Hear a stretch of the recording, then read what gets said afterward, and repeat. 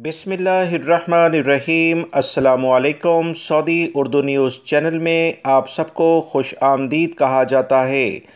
किसी भी मुआशरे में खुशहाली का अंदाज़ा वहाँ पर अमन व अमान से लगाया जा सकता है।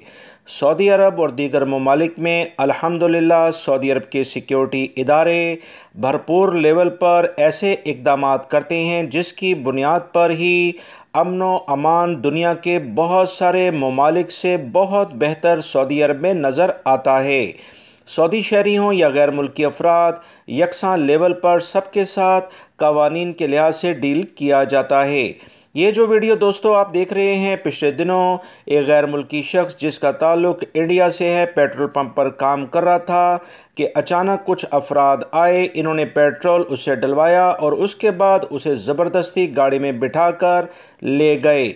क्योंकि पेट्रोल पंप पर रहने वाले जो भी गैर मुल्की अफराद होते हैं, इनके पास काफ़ी भारी रकम इनकी जेब में होती है।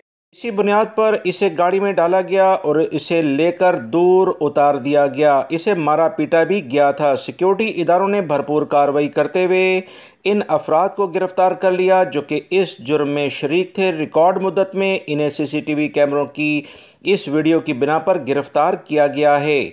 इनके केस को सऊदी अरब की अदालत में पेश किया गया और ये सऊदी शहरी हैं।